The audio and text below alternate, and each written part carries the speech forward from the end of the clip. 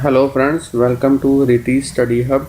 तो आज हम सीखेंगे कि कैसे डेटा को डिलीट करना है with the help of entity data source control, जो कि हमें ASP.NET में अवेलेबल है। तो सबसे पहले मैं आपको कंट्रोल दिखा देता हूँ। जो मेन हमारा आज का कंट्रोल है वो है एंटिटी डेटा सोर्स।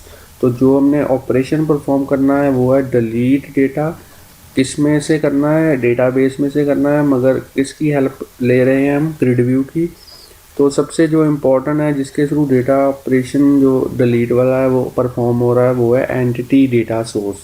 तो एंटिटी डेटा सोर्स आपको पता ही है स्टूडेंट कि वो एंटिटी डेटा मॉडल्स के थ्रू ही वर्क करता है। तो हम कौन सी स्टेटमेंट यूज़ कर रहे हैं? Delete statement. तो ये वाला प्रोजेक्ट मेरे पास ऑलरेडी बना हुआ है, मैं इसको रन करके आपको बता दूंगा और उसके बाद में आपको मैं बताऊंगा कि कैसे आपने ये वाला प्रोजेक्ट जो है वो क्रिएट करना है। तो सबसे पहले इस प्रोजेक्ट को रन कर लेते हैं।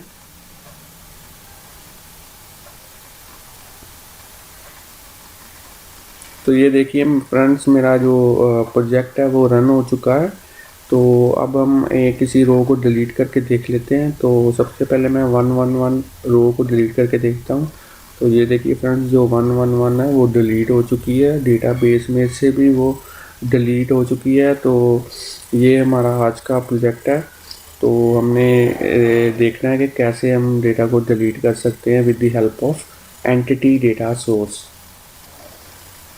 तो आइए फ्रेंड्स, सबसे पहले मैं आपको डेटाबेस दिखा देता हूँ। तो ये मेरा SQL सर्वर है 2005। तो सर्वर का नाम है ये विकास PC1 SQL एक्सप्रेस। तो इसको कनेक्ट कर लेते हैं।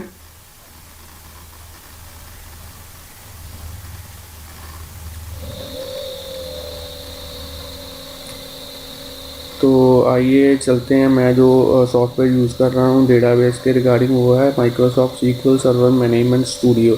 तो स्टूडियो में जो डेटाबेस के रिलेटेड टास्क हैं वो परफॉर्म करनी काफ़ी इजी है। तो सबसे पहले मैं डेटाबेस आपको दिखा देता हूँ। तो जो डेटाबेस मैं यूज़ कर रहा हूँ वो है स्टूडेंट डेटा। तो इसके अंदर मैं आपको टेबल दिखा देता हूँ। जो टेबल यूज़ कर रहा हूँ वो है स्टूडेंट इन्फो। इसका एक बार आपको डिज़ाइन दिखा देता हूँ। तो डिज़ाइन में मैं 4 जो कॉलम्स हैं वो यूज़ कर रहा हूँ।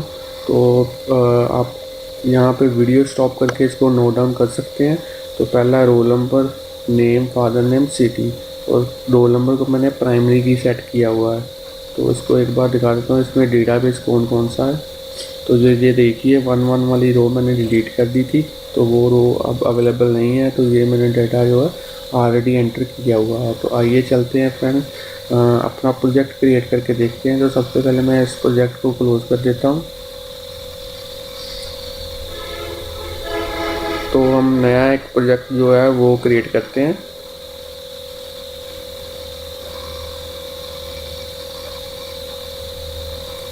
तो इसमें आप प्रोजेक्ट का कोई भी नाम रख सकते हैं। तो मैं डिफ़ॉल्ट नेम ही रहने दूंगा। तो मेरा प्रोजेक्ट जो क्रिएट हो चुका है, अब नया वेब फॉर्म जो है ऐड करते हैं। ऐड, राइट क्लिक करने से आ जाता है न्यू आइटम। तो यहाँ पे वेब फॉर्म, तो मैं डिफ़ॉल्ट नेम ही रहने देता हूँ, ऐड।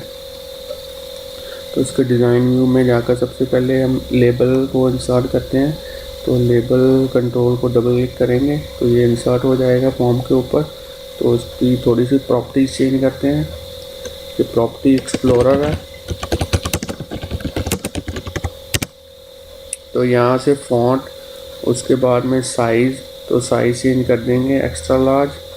तो यहाँ पे लिखते हैं delete data into GridView using entity data source in ASP delete statement with entity data model. तो सबसे पहले जो कंट्रोल मैं यूज़ करूँगा वो है ग्रिड व्यू। तो ग्रिड व्यू को इंसर्ट कर देते हैं। अभी इसको कॉन्फ़िगर नहीं करेंगे, उसके बाद में यूज़ करेंगे एंटिटी डेटा सोर्स। तो इसको भी अभी कॉन्फ़िगर नहीं करेंगे। सबसे इम्पोर्टेंट जो बात है वो है ऐड आइटम। तो हम सबसे पहले एंटिटी डेटा मॉडल को क्रिएट करेंगे। तो एंटिटी लिखेंगे, जैसे एंटिटी डेटा मॉडल आ गया हमारे पास, तो इसका नाम चेंज कर देते हैं स्टूडेंट डेटा EDMX। तो ये हमारा एंटिटी डेटा मॉडल। तो इसमें हम वो वाले डेटा टेबल को कनेक्ट करेंगे जिसके साथ हमने डिलीट ऑपरेशन को परफॉर्म करना है। तो सबसे पहले ये वाली ऑपरेशन को चूज़ करेंगे, ऑप्शन को चूज़ करेंगे जनरेट फ्रॉम डेटाबेस। नेक्स्ट। तो अब यहाँ से करेंगे न्यू कनेक्शन। तो यहाँ मैं लिखूँगा अपने सर्वर का नाम।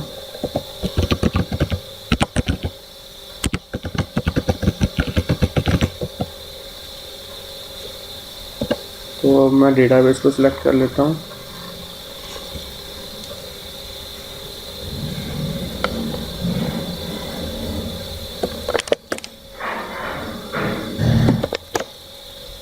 तो यहाँ से मेरा डेटा है स्टूडेंट डेटा, तो इसको टेस्ट कर देता हूँ। Okay okay. तो यहाँ पे चेक टिक लगी रहने दें। नेक्स्ट। तो ये मेरा डेटा टेबल है वो जो रिट्रीव हो चुका है, तो इसको चेक कर देंगे। तो ये मेरे मॉडल का नेम स्पेस है स्टूडेंट डेटा मॉडल, फिनिश कर देंगे। तो ये जो है मेरा जो एंटिटी डेटा मॉडल है वो कॉन्फ़िगर हो चुका है। तो अब हम जो एंटिटी डेटा सोर्स को एंटिटी डेटा मॉडल के साथ कनेक्ट करेंगे। ये देखिए टेबल आ चुका है।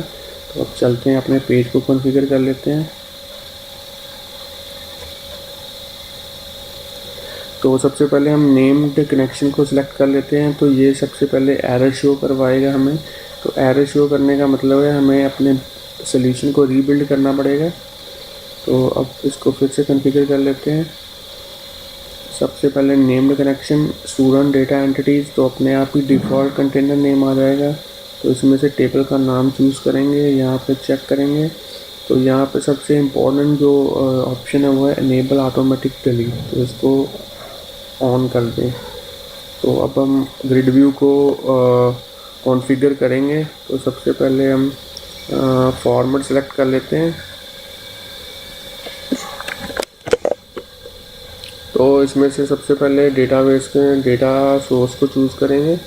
तो यहाँ से ऑप्शन को इनेबल कर देंगे डिलीट ऑप्शन को। अब ये हमारा जो पेज है वो कॉन्फ़िगर हो चुका है। इसको रन करके देख लेते हैं।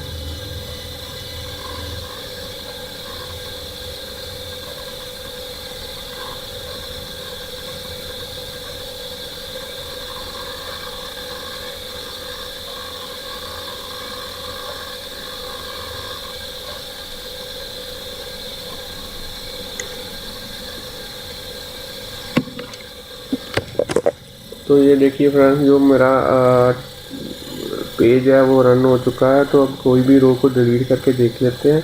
तो सबसे पहले मैं 108 को डिलीट करके देखता हूँ। तो ये देखिए जो रो है डिलीट हो चुकी है। तो देखा आपने फ्रेंड्स कि आपने कितने इजीली सीखा आज के डिलीट को डेटा को डिलीट कैसे करना है यूजिंग एंटिटी डेटा सोर्स। तो इसी तरह मैं वीडियो ऐड करता रहूँगा अपने चैनल के ऊपर। तो आप हमारे YouTube के ऊपर जो चैनल है उसको सब्सक्राइब करना मत भूलिए। तो ऐसा एक बटन वहाँ पे बना हुआ है सब्सक्राइब का, तो उससे चैनल को सब्सक्राइब कीजिए और डे बाय डे वीडियोस को देखकर ऐसे ही ASP.NET को सीखते रहें। Thanks friends for watching video.